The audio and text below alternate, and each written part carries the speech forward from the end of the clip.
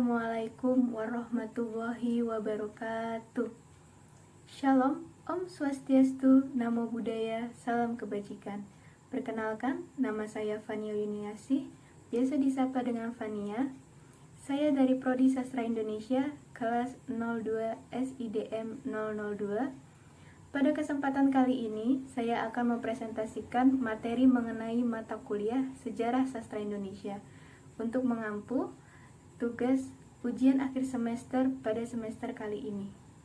Pada kesempatan kali ini, saya akan membawakan materi berjudul Sastra Angkatan Balai Pustaka dan Sastra Angkatan Pujangga Baru.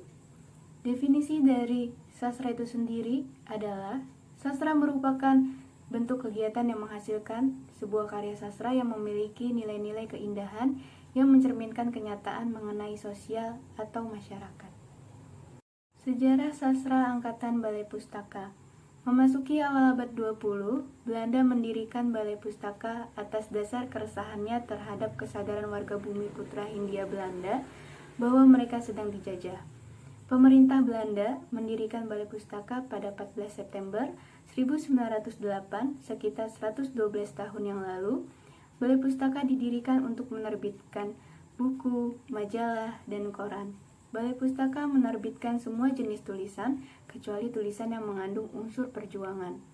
Awal mulanya, Balai Pustaka bernama Komisi voor de Eilandschool en Volkslezer atau Komisi untuk Bacaan Sekolah Pribumi dan Bacaan Rakyat. Kemudian berganti nama menjadi Balai Pustaka pada tahun 1917, berganti nama kembali menjadi Gunsei Kanbu Kokumin Toshokyoku saat Jepang mulai menginvasi Indonesia. Balai Pustaka sempat berpindah tangan pada Juli 1947. Tokoh-tokoh dan karya sastra angkatan Balai Pustaka. Tokoh yang pertama adalah Nur Sultan Iskandar dengan karyanya Salah Pilih, Apa Dayaku Karena Aku Perempuan, Karena Mertua, Hulu Balang Raja, Katak Hendak Jadi Lembu, Anger Bali. Yang kedua yaitu Marah Rusli dengan karya Siti Nurbaya, Lahami, Anak dan Kemenakan. Yang ketiga Abdul Muiz, Salah Asuhan, Suropati, Pertemuan Jodoh, Robert Anak Suropati, Tom Sawyer. Karya yang paling populer dan menjadi puncak dari angkatan Balai Pustaka adalah Siti Nurbaya, karya dari Marah Rusli. Ciri-ciri karya sastra angkatan Balai Pustaka. Ciri-ciri yang pertama, tidak mengandung unsur menentang pemerintah. Yang kedua, tidak menyinggung golongan tertentu dalam masyarakat. Yang ketiga, tidak memihak salah satu agama yang ada. Sejarah Sastra Angkatan Pujangga Baru. Sastra Angkatan Pujangga Baru sebagai Bapak Sastra Modern Indonesia. Sastra Angkatan Pujangga Baru pada tahun 1930 sampai dengan 1942 dilatar belakangi kejadian bersejarah, yaitu Sumpah Pemuda pada 28 Oktober 1928. Awal mulanya, Pujangga Baru merupakan nama majalah yang terbit antara tahun 1933 sampai dengan adanya pelarangan oleh pemerintah Jepang setelah berkuasa di Indonesia. Terdapat dua kelompok sastrawan pada masa Angkatan Pujangga Baru yang dipimpin oleh Sultan Takdir Ali Syahbana beserta Amir Hamzah dan Armijin Pane, yaitu kelompok pertama Seni untuk Seni dimonitori oleh Sanusi Pane dan Tengku Amir Hamzah. Kelompok yang kedua yaitu kelompok Seni untuk Pembangunan Masyarakat yang dimonitori oleh Sultan Takdir Ali Syahbana, Armijin Pane, dan Rustam Effendi. Maka terbentuklah perkumpulan sastrawan muda yang menamakan dirinya Pujangga Baru. Tokoh-tokoh dan karya sastra angkatan Pujangga Baru. Yang pertama yaitu Sultan Takdir Ali Syahbana dengan karyanya Tak Putus di Rundung Malang, Tebaran Mega, Layar Terkembang, Puisi Lama, Puisi Baru, Kalah dan Menang.